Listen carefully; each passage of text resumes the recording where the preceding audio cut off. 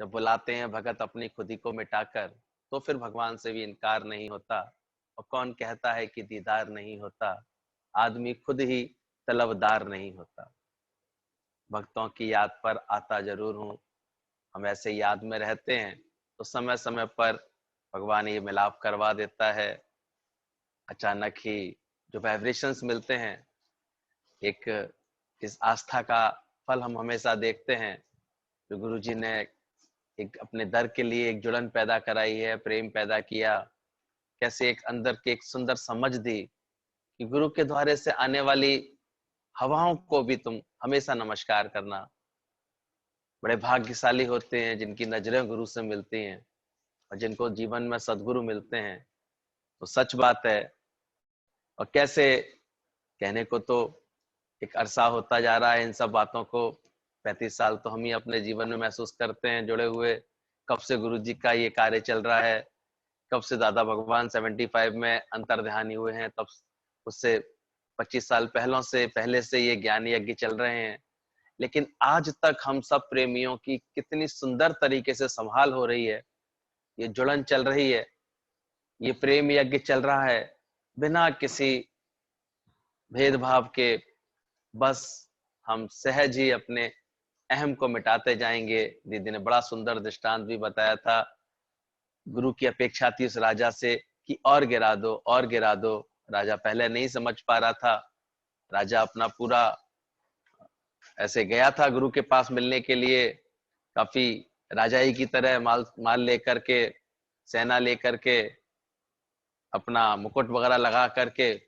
लेकिन सच्चे गुरु ने कहा तो राजन गिरा दो। तो राजा एक एक करके अपने अस्त्र शस्त्र, अपने मुकुट, अपने सब बातों को गिराने लगा। लेकिन गुरु फिर बोले अभी और गिरा दो, अभी और गिरा दो। तो कैसे जब राजा ने इसके अभिप्राय को समझा और अपने अहंकार को मिटा करके अपने को पूरी तरह से गुम कर लिया गुरु के आगे, तो फिर गुरु ने उसको ज्ञान की दौलत से माला माल कर दिया। तो सच बात है, मिटेगी मैं तो प्रगटेगा भ्रम। जब हम अपनी मैं मिटा लेते हैं गुरु के साथ, गुरु के आगे, तो वो ब्रह्म स्वरूप हमारे अंदर प्रकट होने लगता है। मिटा दे अपनी हस्ती को तभी मस्ती में आएगा, खुद ही जब छूट जाएगी तो खुदावस्ती में आएगा। अच्छा लगता है बाहर के स्वरूपों का मिलन तो अपनी जगह है, लेकिन अंतरात्म जो मिले, अंदर में जो उनका प्रेम, उनकी भावनाएं, एक ऐसा दुलार, हमेशा से इन्होंने जो स्नेह दिया है हम लोगों को, वो जब मन पाता है तो और गदगद होता है और गुरु जी के प्रेम में झूमता है। सुबह से ही ये दिल का हाल लगा पड़ा है। अच्छा लग रहा है कैसे ये बात अच्छी लगी हम लोगों को। कल भी ये बाणी पॉइंट्स पढ़ रहे थे हम लोग, कैसे दादा भगवान के मिलने के बाद से कैसे हम सबकी मनोदशा बदली है, भाव बदले हैं ये ज्ञान के वचन मिलने के बाद से। तो इस पर एक प्रेमी ने अपना अनुभव लिखा हुआ है। एक सच्चा और अच्छा तरीका किसी के विचारों को और आचरण को बदलने का था कि पहले खुद को बदलें। अक्सर बहुत बड़ी चूक हम सबसे हो रही थी, अज्ञान में ये चूक सभी से होती है। नहीं जान पाते थे, कोशिश तो करते थे कि सब मेरे अनुसार चलें, हमारे कहे अनुसार चलें। खासकर जब घर के हम प्रमुख होते थे, बड़े होते थे, जब माँ का रोल कर रहे होते थे, पिता का रोल कर रहे होते थे, तो लगता था कि बच्चों को हमारी बात माननी चाहिए। हम बच्चों के भले के लिए तो सिखा रहे हैं, भले के लिए तो कह रहे हैं। तो अक्सर ये मन में बातें आती रहती थी। तो एक सच्चा और अच्छा तरीका किसी के विचारों को और आचरण को बदलने का रहता है कि पहले हम खुद को बदलें। क्योंकि जो सूरज मक्खन को गलाता है वही मिट्टी को सुखा करके कड़क भी कर देता है। बड़ी सुंदर पहेली में ये बात बोली गई है। सूरज की किरणें एक तरफ मक्खन को पिघला सकती हैं, तो वही मिट्टी और मक्खन दिखने में एक से लगते हैं अगर ऐसे रख दिए जाएं पानी में घोल करके। लेकिन आपने देखा होगा सूरज में मक्खन होगा तो वो पिघल के तरल हो जाएगा, पानी हो जाएगा। लेकिन मिट्टी पड़ी होगी तो वो सूख करके और सख्त हो जाएगी। तो इस भेद का अंतर गुरुजी बता रहे हैं इसमें कि जैसे पहले अपने अपने घरों में बच्चों को कितना सिखाते थे, ऐसे करो, ऐसे मत करो, तहजीब सीखो, अपनी भाषा सुधारो, और ऐसा सोचते थे कि हमारा ही जैसे ठेका है, माँ बाप के रूप में लगता था हमारा ही ठेका है ना सुधारने का। और चिल्ला चिल्ला करके हमने अपना ब्लड प्रेशर ही हाई कर दिया था, सारे समय घर का माहौल ही बिगड़ा पड़ा था। बिल्कुल ये सजीव वर्णन है। फिर न जाने कितने जन्मों के भाग्योदय हुए जो हमें पूर्ण गुरु दादा भगवान जैसे मिले, और उनके प्रेम और वचनों ने जैसे अंदर की सारी बंद खिड़कियां हमारी खोल दी। अधिक इसमें विस्तार की तो आवश्यकता नहीं है। अज्ञान वाला जीवन थोड़ा सा झांक के देख लीजिए, या अभी भी जिनके जीवन में अज्ञान रहता है, देखते हैं हम उनके जीवन को, कैसे घर परिवार में हर वक्त चिल्ल पुकार मची रहती है, कलेश होता रहता है, झगड़ा सा होता जाता है अंदर में। बातचीत करते हैं तो जहां इधर सजे उधर बजे, जहां हमने अपने अंदर सोचा कि इसको अकल नहीं है, इसको आता नहीं है, वहीं देखते हैं कि बात बिगड़ने लगती थी, विचारों का टकराव हो जाता था, चिल्ला चिल्ला करके हम अपना ब्लड प्रेशर भी हाई कर लेते थे, सुधरता भी कोई नहीं था, और इस गुमान में रहते थे कि ये मेरा ही ठेका है। खासकर बच्चों के साथ तो और ज्यादा लगता था कि हम नहीं सुधारेंगे तो फिर इनको कौन सुधारेगा। लेकिन अच्छा है, ऐसे समय पर हमें सदगुरु का ज्ञान जब मिल जाता है, तो ज्ञान की सूर्य, ज्ञान रूपी खिड़की खुलने से, ज्ञान रूपी सूर्य की किरणों से हमारे अंदर के अहंकार रूपी मक्खन को गुरु कैसे पिघला देता है, यानी अपने पर करुणा करना सिखा देता है। पहले कहाँ पता था कि हम अपने से शत्रुता कर रहे थे, क्रोध करके, आवेश में आकर के अपना ब्लड प्रेशर बढ़ा रहे थे, तो ये शत्रुता किससे हो रही थी? अपने प्रति हो रही थी, और दुनिया बदल भी नहीं रही थी। तो किस तरह से हम अपने ही दुश्मन बने बैठे थे। जब दादा के ये वचन मिले, तुम आप ही अपने मित्र हो, आप ही अपने शत्रु हो, तो दिमाग खुला, बंद खिड़की खुली कि कैसे भाई हम अपने से शत्रुता कैसे कर रहे हैं। गुरु ने अनेकों ज्ञान के विचार दिए, कैसे तुम अत्यधिक मोह में फंसकर अपने साथ ही शत्रुता कर रहे हो, अत्यधिक लोभ में फंसकर अपने साथ ही शत्रुता कर रहे हो, अहंकार कर करके अपने साथ ही तुम शत्रुता कर रहे हो। तो बात समझ में आने लगी कि व्यर्थ में हमारा ही मोह हमको रुला रहा है, अहंकार लड़ा रहा है। तो सच बात है, दादा ने अपने पर ही करुणा कृपा करना सिखा दिया, क्योंकि पहले हमारा ही अज्ञान जो था, अज्ञान रूपी सूर्य हमें ही शुष्क और नीरस बनाया हुआ था। अंदर में हम ही थे, लेकिन पहले मिट्टी की तरह थे, जिस कारण से जो भी नॉलेज अंदर में रखते थे वो ज्ञान की जगह अज्ञान होती थी, और हम अंदर से खुश्क हो जाते थे, सूख जाते थे, विक्षिप्तता में रहते थे, अंदर से मन ऐसे पीड़ित रहता था। कभी कोई रिश्तेदार आया था तो मुस्कुरा के दिखा देते थे, लेकिन थोड़ी देर में जब बातचीत करते थे तो फिर बैठ जाते थे अपना रोना लेकर के। कैसे अंदर में शुष्क थे, नीरस थे, प्रेम तो जैसे कोसों दूर था जीवन से। लेकिन दादा भगवान जब प्रकट हुए, उन्होंने हमारे मन को मक्खन जैसा बना दिया, विचार हमारे बदल दिए, और कैसे वो प्रेम के रूप में बहने लगा। दादा भगवान के मिलने के बाद पता लगा कि मनुष्यता क्या होती है। मनुष्य तो थे, पर मन के ईश ना होने के कारण मनुष्यता नहीं समझ में आती थी। पर गुरु मिलता है तो रहस्य समझा देता है। मनुष्य देह मिलने का सबब क्या था?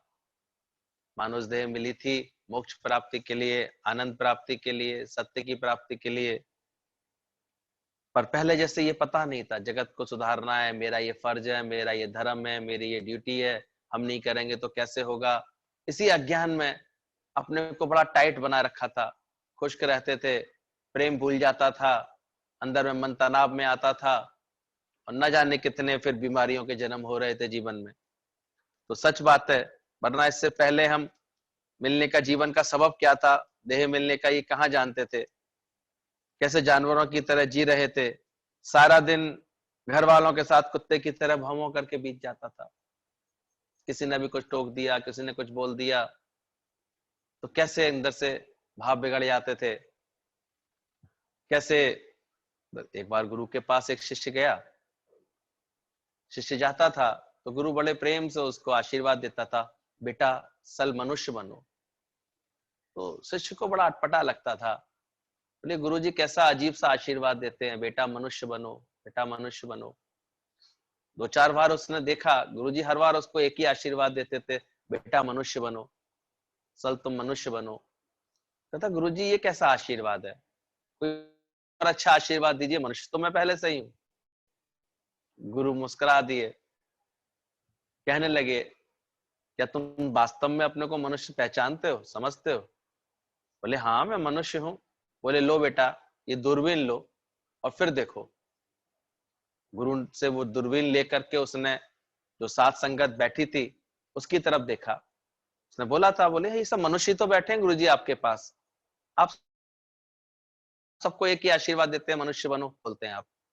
बोले लो ये दूरबीन लेकर के जाओ और देखो जरा इन सब। उसने गौर करके देखा तो उसको बड़ी हैरानी हुई। गुरुजी ने जो दूरबीन दी थी उसमें तो उसको कोई शेर जैसा बैठा दिखाई दिया, कोई कुत्ते जैसा भौंकता दिखाई दिया, कोई ऐसा मुसमुस करता दिखाई दिया, कोई बंदर जैसा उछल कूद मचाता दिखाई दिया। उसे अनेक जानवर ऐसे दिखाई दे रहे थे। उसको बड़ी एकदम से घबरा गया। घबरा करके उसने अचानक शीशे में अपने को देखा तो उसने देखा वो आधा मनुष्य था, आधा जो है जानवर। उसको बड़ी हैरानी हो रही थी। फिर ऐसे उसने आगे जाकर के फिर गुरु की तरफ देखा उत्सुकतावश, तो उसको लगा कि गुरु के रूप में एक भला मनुष्य बैठा हुआ है, शांत प्रकृति का बैठा हुआ है। हैरानी हुई, उसने दूरबीन हटाई और फिर गुरुजी से पूछा, गुरुजी ये क्या चमत्कार है, ये कैसा खेल है? गुरुजी ने कहा बेटा ये सच दिखाने वाली दूरबीन है, ये ज्ञान के नेत्र हैं। इससे तुम अगर देखोगे तो तुमको सत्य दिखेगा। भले ये मनुष्य जैसे दिखाई देते हैं लेकिन इनके जो स्वभाव संस्कार हैं वो कुछ इस तरह के ही होते हैं। कुत्ते की तरह भौं करना, कोई फिर घर वालों की सुनता नहीं था, मन बंदर की तरह हर वक्त सुखों में लपकता रहता था, कभी द्वेष करता था, कभी राग करता था। इसलिए दादा भगवान ने बताया कि दूसरों को नहीं खुद को बदलो।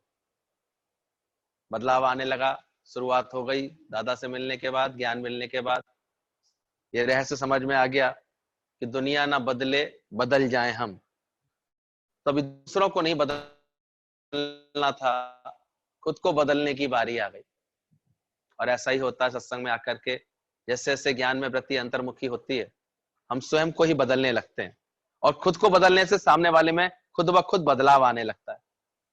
एक अद्भुत एक खेल शुरू हो जाता है।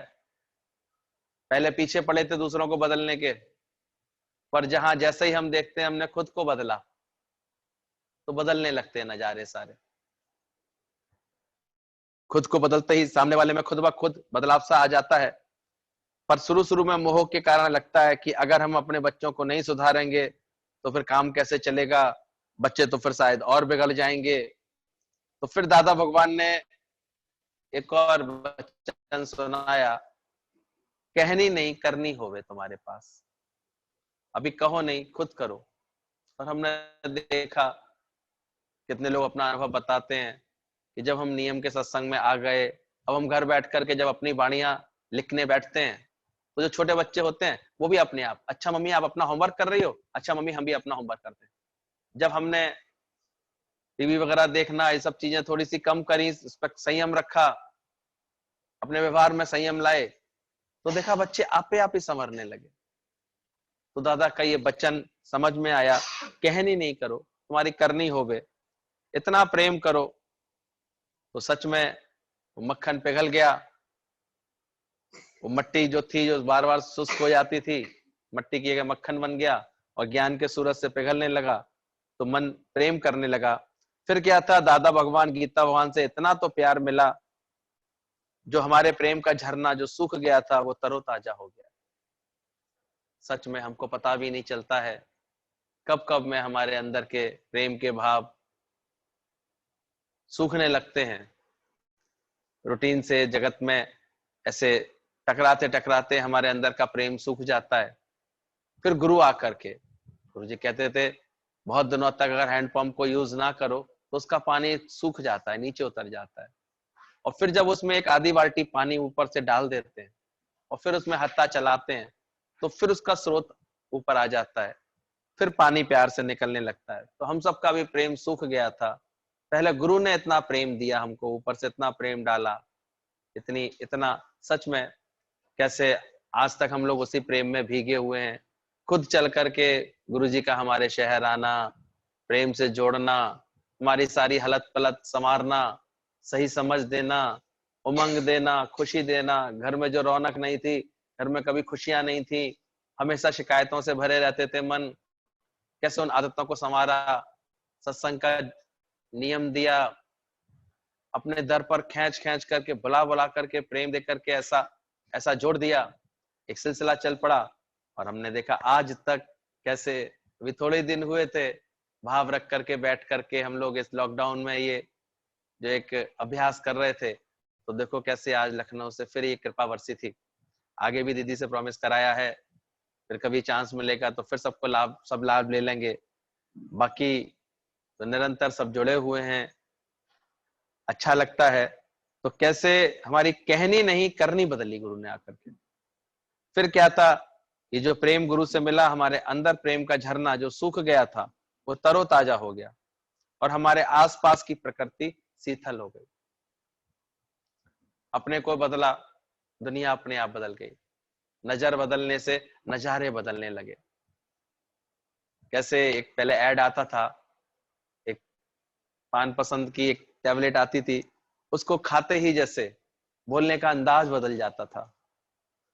किराया मांग रहे थे लड़ करके, लेकिन वो टैबलेट खाते ही जैसे प्रेम से मांगने लगे और प्रेम से कार्य होने लगे। तो जैसे ही जीवन में प्रेम की महिमा समझ में आती है, हम ठीक प्रकार से प्रेम का भाव हर बात में डालते हैं, अपना आप समझकर बात करते हैं, अपना ही आप देखते हैं, ऐसे वचनों को संभाल करके प्रेम से उपयोग करते हैं, तो देखते हैं कितना बदलाव आ जाता है सब जगह, सारी प्रकृति शीतल हो जाती है। सच बात है, दादा भगवान के इस अनुभवी वचनों ने जैसे हमारा होना पना ही खत्म कर दिया। निश्चित बात है, भले कितना भी समय लगता है, जैसे जैसे हमारी मैं मिटती है। सभी साधक, सभी प्रेमी थोड़े थोड़े समय जब जुड़ जाते हैं सत्संग से, फिर इस बात का अनुभव करते हैं कि कुछ किया नहीं, लेकिन फिर कैसे सब लोगों के व्यवहार बदल गए। जो घरों में हम दोष देख रहे थे, घरों में जो बुराई देख रहे थे, घर वालों के साथ मन एडजस्ट नहीं कर पा रहे थे, स्वभाव संस्कार से फिट नहीं हो पा रहे थे, अब कैसे फिट हो गए हो? कौन बदला है? ज्ञान किसने सुना है? ज्यादातर लोगों के मुख से यही बात निकलती है कि भैया ऐसा लग रहा है ज्ञान तो हमने सुना है, लेकिन असर उन पर हो रहा है। बदल वो लोग गए घर वाले हमारे, अब उनका बोलना चालना बदल गया, अब उनकी बात बदल गई है। तो हकीकत में सिर्फ हमारा भाव बदला है। पहले दोष देखने का भाव हमारा मिट गया, अपना अहंकार में सोचने का भाव हमारा बदल जाता है। तो सच बात है ये कि हमारे आसपास की प्रकृति भी फिर शीतल होती है। दादा भगवान के अनुभवी वचनों से जैसे हमारा होना पना ही खत्म कर दिया। वो जो जुबान अंगारे बरसाती थी, गुरु के प्रेम की वजह से अब वहां शुगर फैक्ट्री लग जाती है। बहुत सुंदर परिवर्तन आने लगता है और आना चाहिए। और जिसके अभी तक नहीं आया है, जिसने ठीक से अभी तक लाइसेंस नहीं लिया है गुरु के पास आकर के, वो जल्दी से ले ले। टाइम लिमिट भी कम है, आजकल वैसे ही लॉकडाउन चल रहा है, मौका अच्छा है, ले ले, अपनी फैक्ट्री लगा ले। तो अगर जिसने भी अपनी जवान पर, अंगारे बरसाने वाली जवान पर अगर शुगर फैक्ट्री लगा ली, मिठास रख ली इसके अंदर, तो दादा भगवान ने हमारी हलत पलत ही ऐसी बदल दी कि इस बदलाव का असर हमारे आसपास भी दिखने लगा। ये कोई अतिशयोक्ति नहीं है, कोई इसमें कोई दिखावे के लिए नहीं बात नहीं कही जा रही है। पर हाँ, जिसने भी अपने वाणी के स्वर संभालने शुरू कर दिए होंगे, अपना लहजा बदला होगा, अपनी सख्त पने को छोड़ा होगा, अपने अंदर प्रेम धारण किया होगा, कैसे सबको ऐसे जवान में शुगर फैक्ट्री अगर लगी होगी, तो सच बात है उसका बदलाव का असर आसपास सब जगह दिखने लगता है, घर परिवार में दिखने लगता है, बदलने लगता है धीरे धीरे। भले कितना भी समय लगे, पर जल्दी से ये बदलाव लाना चाहिए। हमारा क्रोध जो बेचारे हमारे कर्म प्राणियों का मक्खन गला देता था, और फिर वो हमसे दूर भागते थे। कितने लोग हमने देखा पहचान नहीं पाते थे, जब गुरु के दर पर आते थे तो बड़े टूटे हुए, बड़े निराश, बड़े मायूस, कोई सुनता नहीं है, कोई कुछ समझता नहीं है, कोई पास बैठना नहीं चाहता, कोई ऐसा नहीं करना चाहता। पर गुरु समझा देता है कि इसके कारण तुम ही हो। तुमने कभी इतना क्रोध किया होगा, कभी इतना हर बात के लिए ऐसे मन खराब किया होगा, जो आज धीरे धीरे उनकी प्रकृति ऐसी बन जाती है कि वो तुम्हारे पास बैठना पसंद नहीं आता। तुमने जरूर कुछ ऐसी बातें की होंगी। आज अगर हम देखते हैं, अगर बच्चों के साथ भी हम प्रेम से बात करते हैं, सबके साथ हिलमिल करके रहते हैं, तो वो हमारे साथ बैठना पसंद करते हैं, बातचीत करना पसंद करते हैं। अगर हम अपने ही एटीट्यूड में रहते हैं, हम अपने ही अहम भाव में रहते हैं, अपने ही अगर छोटी छोटी बातों पर झल्लाते रहते हैं, तो कोई भी हमारे निकट बैठना पसंद नहीं करता। क्रोध वाले से सब अपने आप ही दूरी बनाते जाते हैं, उससे कुछ करना नहीं पड़ता। तभी दादाजी कहा करते थे, क्रोधी व्यक्ति को तो नरक भी नहीं जाना पड़ता। एक बार एक क्रोधी व्यक्ति सत्संग में आया था, तो बड़ा खुश हो गया, बोले ये वचन तो गुरु का बड़ा अच्छा है, क्रोधी व्यक्ति को तो नरक भी नहीं जाना पड़ेगा। दादाजी मुस्कुरा करके फिर बोलते हैं, वही उसे नरक में जाने की आवश्यकता ही क्या है, वो बेचारा तो बैठा ही हर वक्त नरक में रहता है। इस वक्त हम क्रोध कर रहे होते हैं, मन खराब कर रहे होते हैं, तो सोचो हम कहाँ बैठे होते हैं। तो सच बात है, दादा के इन वचनों से ये कृपा होती है, गुरु के वचनों से। हमारा क्रोध जो हमारे बेचारे हमारे कर्म प्राणियों का मक्खन गला देता था, उनके भावों को हम देखते हैं, कभी कभी देखा करो कैसे जो भी बच्चों को हम देखते हैं, बच्चों के संग प्रकृति देखा करो उनकी, जहां से प्यार मिलता है वो देखो उसकी तरफ खींचने लगते हैं। जो थोड़ा भी सख्त उनके साथ व्यवहार करते हैं, वो उससे दूर होने लगते हैं। कैसे तुमको भी खुद देखो, जिनमें कांटे होंगे, ऐसे पौधों के निकट आप नहीं जल्दी जाएंगे। ऐसे जो हिंसक होंगे, ऐसे ऐसे जीवों को आप नहीं पालते हैं। और जो प्यार वाले होते हैं, उनको आप पालने की कोशिश करते हैं, निकट आने की कोशिश करते हैं। तो सच बात है कि हमारे अंदर दादा भगवान के ज्ञान की ज्योति देख करके अब वो हमारे जैसा बनना चाहते हैं। ध्यान रखना, हमने उनको बदलने की कोशिश नहीं की है। दुनिया ना बदले, बदल जाए हम, तब हमें मिलेगा परम आनंद। क्यों? क्योंकि दादा भगवान के वचन इस स्वयं के लिए होते हैं। जब हम अपने को प्रेम में बनाते जाते हैं, अपने अंदर शुगर फैक्ट्री लगा लेते हैं, तो सच बात है हमारे बदले हुए व्यवहार को देख करके, हमारे जीवन को देख करके फिर वो भी हमारे जैसा बनना चाहते हैं। और ये सभी अपने घर जीवन में देखते हैं। धीरे धीरे हो सकता है शुरुआत में आपको इस तरह के भी कमेंट सुनने को मिलेंगे, 100 चूहे खा करके हज को जा रहे हैं, अब तो जैसे इनमें दम ही नहीं रही, अब तो ये जवाब ही नहीं देते हैं, अब देखो ऐसे इनको क्या हो गया है, ये तो बिल्कुल ही नहीं कुछ बोलते। इस तरह के कमेंट सुनने को मिल सकते हैं, क्योंकि आप पहले बहुत बोल करके आए हुए होते हैं, बहुत चिड़चिड़े रहे होते हैं। लेकिन धीरे धीरे जब आप प्रेम में आने लगते हैं, अभिमान मिटाने लगते हैं, अपनी जवान में शुगर फैक्ट्री आपके लगने लगती है, तो फिर एक समय के बाद उसका असर दिखाई देता है। तो सच बात है, फिर बच्चे भी हमारे जैसा बनना चाहते हैं। घर में जैसे बिना कुछ कहे सब कुछ शांतिपूर्वक होता है, जिस प्रेमी ने अपना ये अनुभव लिखा है, बड़े ही सुंदर तरीके से लिखा है, कैसे बदलने लगता है। अब बच्चों को खुद को ख्याल रहता है कि घर वालों को ये बात पसंद नहीं आती है, तो वो ऐसा ना करें। क्यों? क्योंकि अब टोकना बोलना बंद कर दिया। जरूर इस बात का एक असर देखना। बहुत पहले गीतावान बताते थे कि कैसे तुम पीछे पड़ते हो बच्चों के, तुम उनको उनकी स्वीट व्हील पर छोड़ो तो सही, उनको एक बार प्रेरणा दे करके, प्रेम से बोल करके छोड़ दो। आप पे आप तुम सोचते हो हमने इनको भेजा तभी तो ये स्कूल टाइम से पहुंचे। अरे तुम उनको एक दिन लेट होने दो, वहां उनको अच्छी तरह डांट पड़ने दो। उनको जब चार दोस्तों के बीच में अपने ऐसे लगेगा कि आज हमको क्लास में डांट पड़ी, दूसरे दिन देखना वो अपने आप ही अपना काम जल्दी से करके रखेंगे, अपनी तैयारी जल्दी से करके रखेंगे और समय से पहुंचने की कोशिश करेंगे। और तुम्हारा झीकना, तुम्हारा चिल्लाना, तुम्हारा टोकना बोलना, ये सब बदल जाएगा। इधर भी शांति, उधर भी शांति। एक अद्भुत परिणाम निकल के आता है, इधर सजे तो उधर बजे। तुम इधर शांत होते जाते हो, उधर भी शांत होती जाती है। तो सच बात है, जो पहले चिल्ला चिल्ला करके पूरे हो जाते थे, फिर भी कोई टस से मस नहीं होता था, पर जैसे ही हमारे ऊपर दादा भगवान की वैक्स फैक्ट्री की कृपा हुई, सुंदर ये अनुभव वचनों में पिरोया गया है। जब गुरु के हृदय की वैक्स फैक्ट्री हमारे ऊपर कृपा करती है, वैक्स फैक्ट्री माने मुलायम, करुणा उनकी बरसती है, और उसकी कृपा से हमारे मुख में लग जाती है शुगर फैक्ट्री। हमारा जीवन मीठा होने लगता है, आचरण मीठा होने लगता है, बोलचाल मीठी होने लगती है।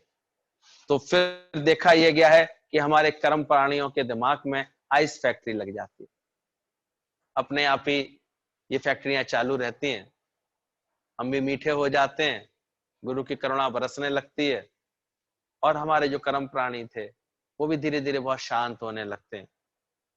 तो सच बात है, दादाजी कहते हैं मैं एक नहीं 3-3 फैक्ट्रियों के लाइसेंस तो मैं देना चाहता हूं, तुम भी अपने हृदय में वैक्स फैक्ट्री लगाओ, जुबान में शुगर फैक्ट्री लगाओ, और ऐसा ज्ञान प्राप्त कर लो जो तुम्हारे भी मन मस्तिष्क में आइस फैक्ट्री लग जाए। ऐसे तीनों फैक्ट्री लेकर के फिर आराम से अपना जीवन गुजारो।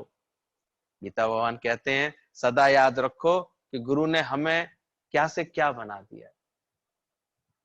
ये भी एक समझ होनी जरूरी है, इसका भी अभ्यास रखना चाहिए। हमेशा पॉजिटिव देखो, हमेशा आधा भरा हुआ गिलास देखना, क्योंकि मन यहाँ भी हमको गिरावट देता है।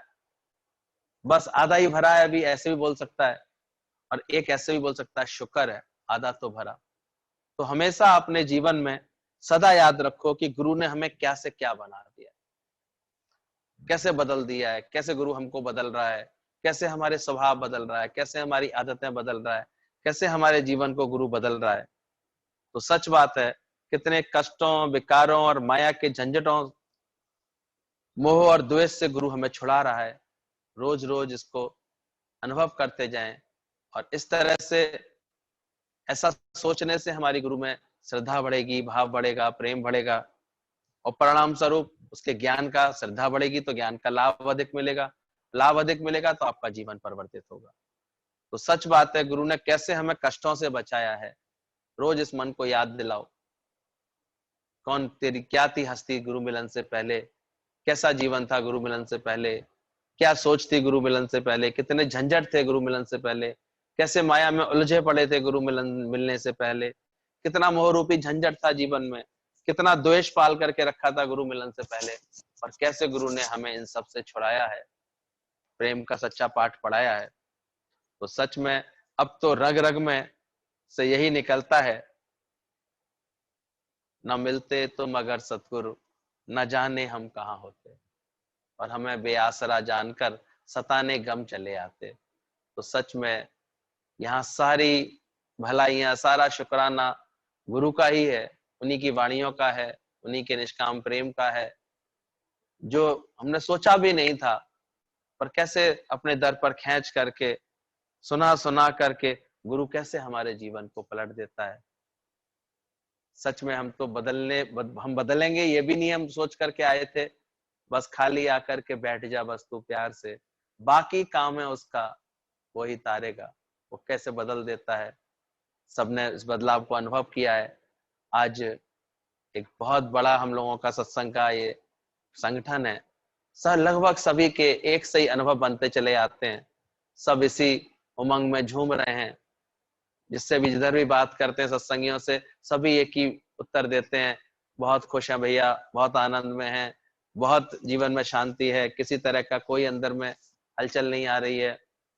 तो ऐसा क्यों संभव हुआ है? ये सब गुरु की कृपा होती है। ना मिलते तुम अगर सदगुरु, तो ना जाने हम कहाँ होते। तो सच बात है, ज्ञान कोई अतिरिक्त पहिया नहीं है।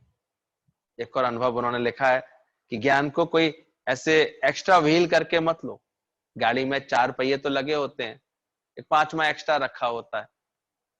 तो ज्ञान को एक्स्ट्रा पहिया नहीं समझना चाहिए कि आप कठिन परिस्थितियों में निकाल के इस्तेमाल करेंगे उसको, बल्कि ज्ञान हमारी जिंदगी का मजबूत स्टीयरिंग होना चाहिए, जो हमें आजीवन सही रास्ते पर रखता है। ज्ञान के प्रति हमारा दृष्टिकोण क्या होना चाहिए, ये भी समझ में आना चाहिए। ज्ञान को इतना मजबूती से अपने जीवन में एकदम आगे रखना चाहिए, सामने रखना चाहिए। अगर जीवन की गाड़ी चलानी है तो हमारा हाथ किस पर होना चाहिए? स्टीयरिंग पर होता है ना, गाड़ी चलाते हैं तो, और उसी से ही हम अपनी पूरी गाड़ी को कंट्रोल कर लेते हैं। उसको गिरने से, उसको टकराने से, उसको हर चीज से बचा सकते हैं अगर स्टीयरिंग पर हमारा मजबूती से कंट्रोल है। तो इसी प्रकार ज्ञान को स्टीयरिंग व्हील बनाना, वो भी पहिए जैसा दिखता है, गोल दिखाई देता है। कभी भी ज्ञान को एक्स्ट्रा व्हील नहीं कि कभी कोई दुख पड़ेगा तब ज्ञान निकाल लेंगे, तब गुरुजी के पास चले जाएंगे, ऐसे नहीं सोचना चाहिए। पर सत्संग को अपना नित्य का अभ्यास बनाना चाहिए, डेली की स्टीयरिंग व्हील बनानी चाहिए, तो आजीवन हमें सही रास्ते पर वो लेके चलता रहे। सच बात है, ज्ञान से पहले क्या था? जिंदगी की गाड़ी में कितने पंचर लगे पड़े थे, हर जगह से होल लगे पड़े थे, छेद लगे पड़े थे, और ऐसे छेद थे, एक पंचर रिपेयर करते थे तो दूसरे से हवा निकल जाती थी। आनंद की, उमंग की, प्रेम की हवा निकलती रहती थी, और आए दिन जीवन ठप पड़ा रहता था। आज फिर मूड ऑफ है, आज फिर इस बात से मूड ऑफ है, आज ये बात बुरी लग गई, आज ये शब्द बुरे लग गए, आज ये हालत बुरी लग गई। तो जीवन में पंचर होते रहते थे, और पंचर वाली गाड़ी तो देखो जैसे चल ही नहीं पाती थी, वहीं ठटक करके रुक जाती थी। तो ऐसे ही बिना ज्ञान के आए दिन हमारे अंदर इतने छेद लगे पड़े थे, एक को बंद करने की कोशिश करते थे तो दूसरा निकल आता था, दूसरे से हवा निकल जाती थी। पूजा पाठ के चक्कर में लगा करके, व्रत रख करके, तो ये तो थोड़ा सा तो ये हो जाता था कि एक आध पंचर ठीक कर लेते थे, शांति थोड़ी देर के लिए आ जाती थी। लेकिन फिर उठे, फिर किसी ने कुछ कह दिया, फिर अहंकार टकरा गया, फिर पंचर हो गया, फिर भुन, फिर हो गया ऐसे। तो देखना अभी अपने अपने जीवन को देखना, पहले कैसे पंचर लगे रहते थे, हवा निकल जाया करती थी। ये तो शुक्र करो, एक दिन दादा भगवान ऐसे परम गुरु की दृष्टि पड़ गई कि निराकार खुद ही प्रेम रूप में दादा भगवान बन करके आ गया, जिसने अपने बच्चों को इतना प्रेम किया, इतना प्रेम दिया, और अनुभवी ज्ञान रूपी क्विक फिक्स लगा दी कि सारे छेद भर गए। अभी लेटेस्ट टेक्नोलॉजी में कुछ इस तरह के पहिए बन गए हैं कि उसको आप बाहर से बड़े आसानी से रिपेयर कर देते हैं, उसमें अंदर ही ऐसा एक सॉल्यूशन सीक्रेट होता है, वो पंचर आप पे आप वहीं का वहीं रिपेयर हो जाता है। तो सच बात है, दादा ने भी कुछ ऐसा ही किया। हमारे जीवन के जितने भी छेद लगे पड़े थे, ये तो बाद में पता लगता है वो अनगिनत छेद हमारी इच्छाओं के थे, हमारी चाहनाओं के थे।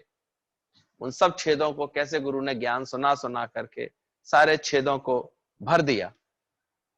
इन छेदों का मूल कारण था हमारी अनगिनत इच्छाएं, और जिनको दादा ने, गुरु के वचनों ने क्विक फिक्स लगा करके भर दिया।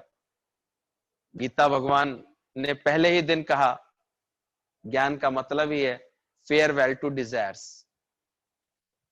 ज्ञान का एक वचन आता है कि अगर तुम अपने को ज्ञान में ला रहे हो, ज्ञान समझना चाह रहे हो, तो ज्ञान का वास्तविक अर्थ ही यही है, फेयरवेल टू डिजायर्स। अब इच्छाओं को विदा कर दो, तब समझना तुम्हारे अंदर ज्ञान आया है। यानी अभी सभी इच्छाओं को अलविदा कर दो।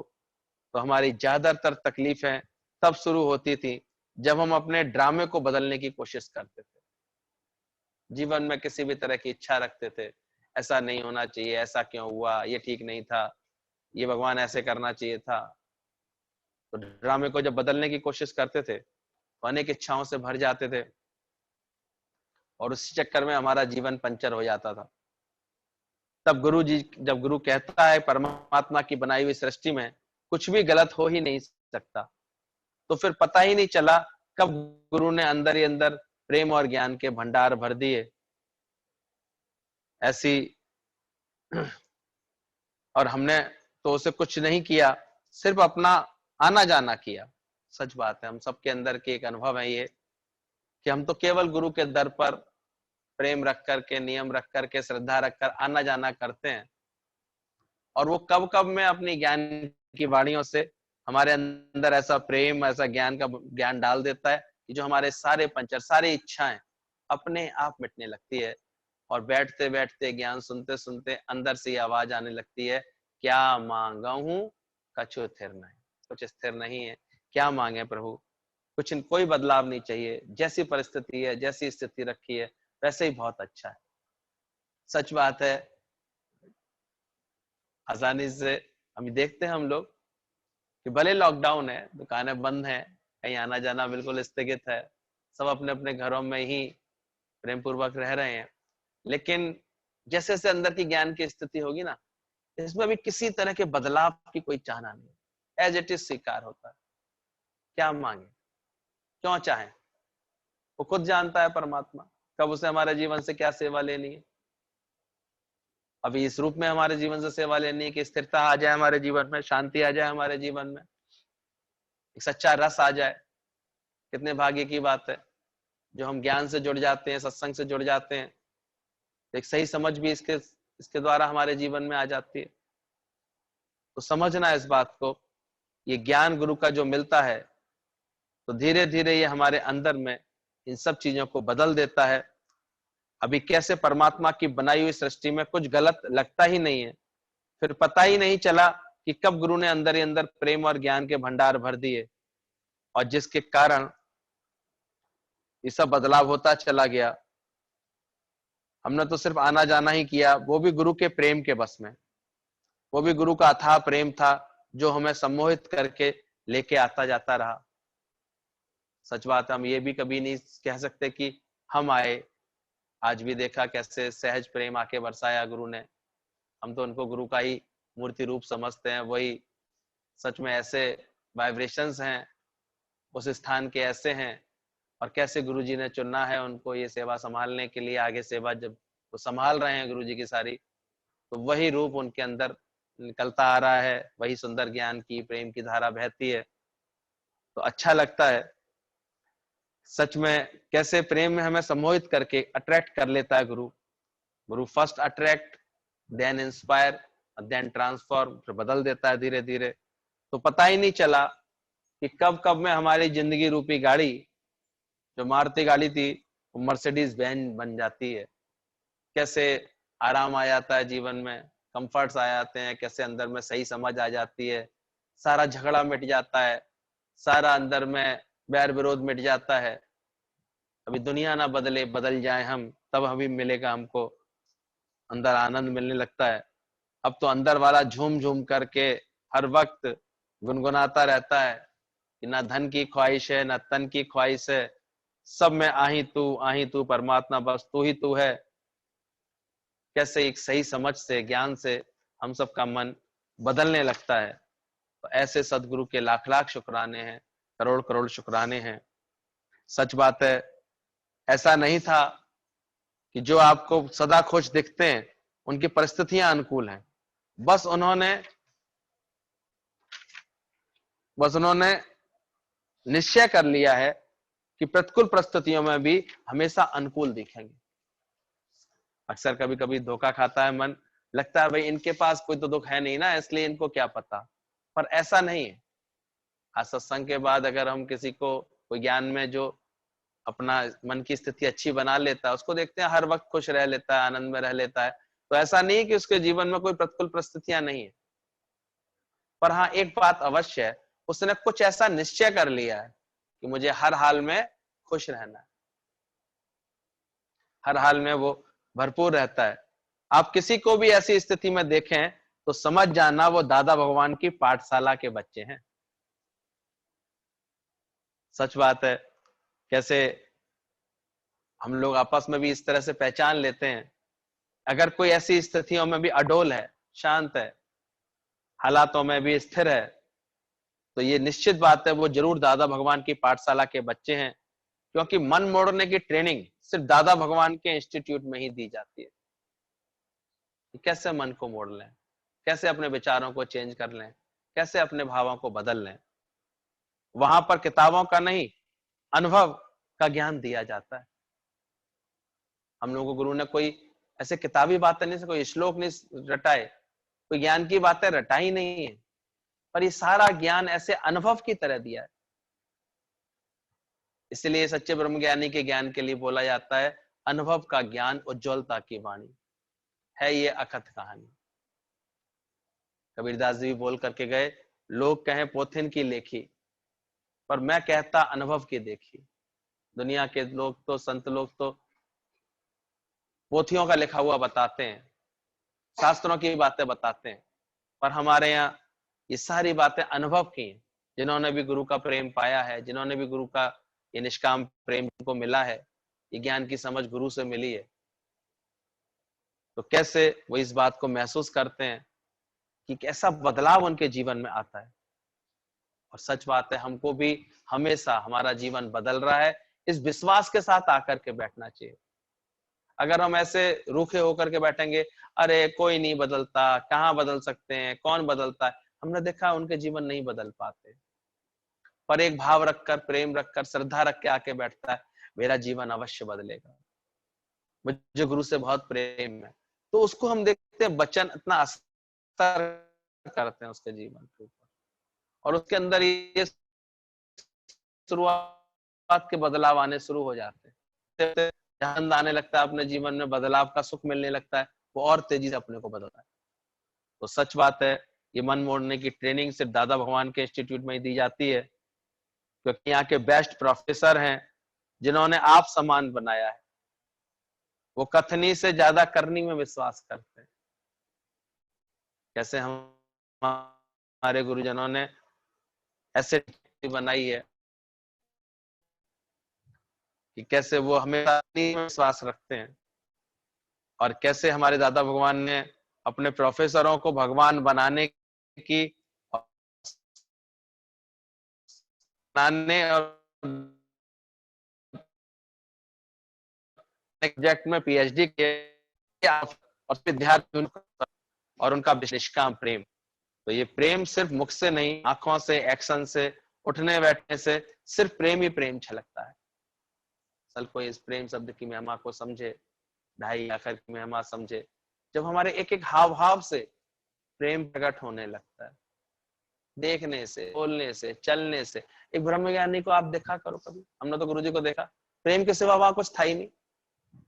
उनका बैठना भी इतने प्रेम पूर्वक होता था, उठना भी प्रेम पूर्वक होता था, इसलिए उन्होंने एक एक के आचरण में ये प्रेम डाल दिया। कहते थे किसी को पानी का गिलास दे रहे हो, क्या तुमने ध्यान दिया पानी का तापमान ठीक था, मौसम के हिसाब से था? ऐसा तो नहीं है वो गर्मी में आया तुम उसको गर्म पानी, ऐसे सादा पानी जाकर के देख के आ रहे हो। क्या तुमने देखा गिलास साफ था? क्या तुमने देखा पानी कहीं गिर तो नहीं रहा था? ऐसे तो नहीं, बुरा तो नहीं लग रहा था? तो ये सब प्रेम ही तो था। जो छोटी छोटी बातें हमको गुरु ऐसे हमारे जीवन में बदलाव डाल देता था। आज प्रेम में कैसे भी कोई जाता है, दिल ही नहीं करता, अरे भाई कुछ तो सेवा करें, इसको कुछ तो खिलाएं, कुछ तो प्रेम दें। तो सच में ये जो ये प्रेम इतना गुरु अंदर में डालता है, निष्काम प्रेम डालता है, शुक्राना डालता है, मुस्कुराना डालता है, तो कैसे ये प्रेम केवल मुख से बोलने की चीज नहीं है, ये आंखों से प्रकट करने की सच बात है। नूरानी नजर गुरु की क्यों कही जाती है? वो नूर टपकता था उनके आंखों से, तेरी कोई झलक लाखा दी मरज। कैसे उनके एक्शन से, उठने बैठने से मैं प्रेम ही प्रेम छलकता है। तो दादा भगवान के प्रोफेसर जब सत्संग रूपी क्लास में आते हैं तो सारे स्टूडेंट्स गोपी और ग्वाल बन जाते हैं। कैसे हम लोग महसूस करते हैं जब गुरु सामने प्रकट हो जाता है, कैसे हम सबका मन ग्वाल वाल गोपियों जैसा हो जाता है, पीने लगता है ज्ञान की बातों को, सरल हो जाता है। ये गुरु की प्रेम की नजर होती है जो हमको ऐसे बना देता है, गोपनीय को समझा देता है, रहस्य समझा देता है। बस उनकी नजर भर देखने की देर होती है कि सबका अंधेरा रूपी देह सदा सदा के लिए गर्क हो जाता है। उस कृष्ण की तो एक ही दीवानी मीरा थी, पर हमारे गुरु की तो इस प्रेम और ज्ञान में न जाने कितने मीराओं को अपने स्वरूप में टिका दिया। जो भी प्रेम रख के आता है गुरु के दर पर, वो कैसे ज्ञान में डूब जाता है, सत्संग में डूब जाता है, वो कैसे शुद्ध स्वरूप बन जाता है। तो सच में दादा भगवान की सत्संग की कितनी नहीं महानता करें, कितनी नहीं इसकी सच्चाई को बताएं। कैसे ये भगवान बनाने की मशीन बनाई है दादा ने। जैसे शराब की भट्टी के पास बैठकर थोड़े ही कोई नशे में झूम सकता है, वो तो सिर्फ पीने वाला ही बेसुध होकर के झूमता है। तो जिसने भी दादा भगवान की ये प्रेम की शराब पी है, ये ज्ञान का, नम्रता का, सच्चाई का, सरलता का, शुद्धता का, समानता का ये नशा चढ़ाया है, ये शराब पी ली है, उसको उतारने के लिए दुनिया में फिर कोई चीज बनी ही नहीं है। आज से थोड़ा कुछ लोगों को लॉकडाउन खुल रहा है, रियायत मिल रही है, तो कितने इस तरह के जोक सुना रहे हैं, कैसे इनको शराब की तलब है, बेचारे भाग रहे हैं, लेना चाह रहे हैं, इतने दिन से बेचारे छटपटा रहे थे। लेकिन हमको लगा कि हमारे दादा भगवान ने ये जो नजरों से पिलाई, ये जो प्रेम से पिलाई, ये जो ज्ञान का, नम्रता का, सच्चाई का, सरलता का, शुद्धता का, समानता का ये जो नशा दिया है, ये प्रेम का जो नशा दिया है, ये इसे कोई भी चीज उतार नहीं सकती है, क्योंकि प्रेम का नशा ही है जो नशा उतरता नहीं है। दादा भगवान ने तो ऐसा आत्म निवासी बना दिया है, सच में कृष्ण ने तो एक अर्जुन को तारा, पर यहाँ दादा भगवान ने न जाने कितने अर्जुनों को तार दिया, और अर्जुन को ही नहीं तारा, केवल एक एक अर्जुन से उनके साथ साथ कुल तर गए। कभी एहसास करते हैं, देखते हैं, तो कोई ऐसा कैलकुलेटर नहीं है जो अगर हम कैलकुलेट करने बैठे हैं तो यहाँ एक एक से, कैसे आज हम गुरु जी के प्रेम को याद करते हैं। अभी हम लोग, पहले जब बड़ी दादी थी हमारे साथ थी तो लगता था 4 पीढ़ी एक साथ बैठे हैं, अभी भी 3 पीढ़ी हम लोग बैठते हैं मिलकर के, अच्छा लगता है। ज्ञान यज्ञ में कितने ही परिवारों में इस तरह की स्थिति है, और कैसे फिर उनसे जुड़े हुए जो और भी कुल होते हैं वो भी तरने लगते हैं। तो सच बात बोला गया है कि गुरु एक एक साथ 7-7 कुलों को तार देता है। तो कैलकुलेटर से हिसाब लगाओगे तो हमारे तारणहार के, हमारे गुरुजनों के एहसानों का हिसाब कर ही नहीं सकते हो। उनके शुक्राने बेमिसाल हैं, बेहिसाब हैं, तो कभी इस जबान से उनके शुक्राने पूरी तरह गा ही नहीं सकते। तुझे हाथों से देते नहीं देखा और झोलियां भरी देखी, सबकी झोलियां ऐसे ही गुरु भरता रहता है। पर हाँ, सच्चाई से अपने साथ मेहनत करना, श्रद्धा भाव से इन वचनों को पीना,